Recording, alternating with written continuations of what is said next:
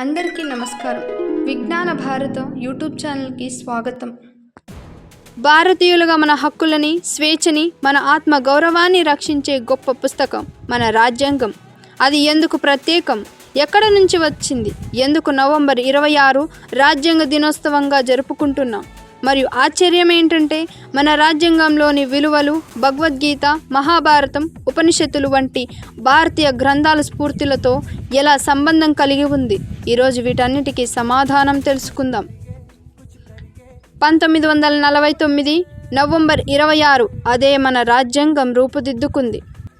Doctor BR Ambedkar ఆధ్వర్యంలో 2 సంవత్సరాల 11 నెలల 18 రోజుల పాటు 389 మంది సభ్యులు చర్చించి తయారు చేసిన పుస్తకం భారత రాజ్యాంగం. 2015లో భారత ప్రభుత్వం ఈ రోజును కాన్స్టిట్యూషన్ డేగా ప్రకటించింది. ఈరోజు మన రాజ్యాంగ నిర్మాతలను స్మరించుకునే రోజు, మన హక్కులు, విలువలు గుర్తు చేసే రోజు, మన భారతీయ ప్రజాస్వామ్య పండుగ. మన దేశంలో ఎవరి హక్కులు ఎక్కడ మొదలయ్యాయి, ఎక్కడ ఆగాలి, ప్రభుత్వం ఎలా నడపాలి, న్యాయం ఎలా అందించాలి, ప్రజలు ఎలా రక్షించబడాలి, ఈ అన్నిటికీ సమాధానమే రాజ్యాంగం. ఇది దేశాన్ని కలిపే నిబంధనల గ్రంథం అని చెప్పవచ్చు. మన స్వేచ్ఛ, న్యాయం, మానవత్వం, సోదరభావం ఇవన్నీ రాజ్యాంగం ఇచ్చిన బహుమతులు. భారత రాజ్యాంగం ప్రపంచంలోనే చాలా దేశాల నుంచి, వ్యవస్థల నుంచి స్ఫూర్తి పొందింది. ఉదాహరణకు బ్రిటన్ నుంచి పార్లమెంటరీ వ్యవస్థ, అమెరికా నుంచి మౌలిక హక్కులు, ఐర్లాండ్ నుంచి డైరెక్టివ్ ప్రిన్సిపల్స్, ఫ్రాన్స్ నుంచి సమానత్వం, స్వేచ్ఛ, బంధుత్వం.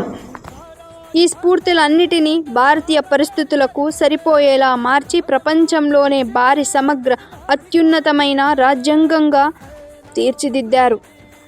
మన రాజ్యాంగం బాహ్య స్ఫూర్తులతో పాటు భారతీయ ఆధ్యాత్మిక సంస్కృతి, తత్వశాస్త్రం నుంచి కూడా ప్రభావం పొందింది.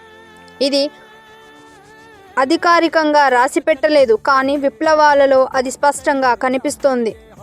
గీతాలలో కర్మ, ధర్మ, న్యాయం ప్రధాన అంశాలు. రాజ్యాంగం కూడా న్యాయం, ధర్మం, సమానత్వం మీద ఆధారపడి ఉంటుంది. గీతాలలో శ్రీకృష్ణుడు ధర్మాన్ని కాపాడాలి అంటే రాజ్యాంగం కూడా న్యాయాన్ని కాపాడాలని చెబుతుంది. మహాభారతంలో రాజ్యధర్మం, ప్రజాధర్మం, రాజ్య న్యాయం గురించి వందల కథలు ఉన్నాయి. ఆ రాజ్యధర్మ భావన మన రాజ్యాంగంలో ప్రభుత్వ బాధ్యత రూపంలో కనిపిస్తుంది.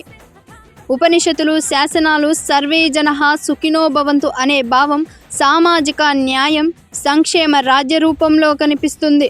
అశోక ధర్మం, అహింస, సహనం, మానవత్వం ఇవి రాజ్యాంగ మూల భావాలు. మన రాజ్యాంగం ప్రారంభంలో ఉన్న చిన్న పేజీ మొత్తం దేశాన్ని నడిపించే మార్గం చూపే పెరంబల్. ప్రీతి, న్యాయం, స్వేచ్ఛ, మానవత్వం, సోదరభావం ఈ దేశ ప్రజలే we the people of India అని చెబుతుంది. ఇవి అన్ని మూలంగా భారతీయ సంస్కృతితో అబ్బురపరిచే విలువలు.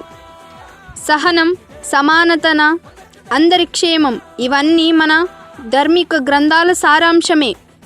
మన రాజ్యాంగం కేవలం ఒక పుస్తకం కాదు, మన భారతీయ ఆత్మను కాపాడే శక్తి, మన స్వేచ్ఛకు, మన న్యాయానికి, మన సంస్కృతి అద్దం.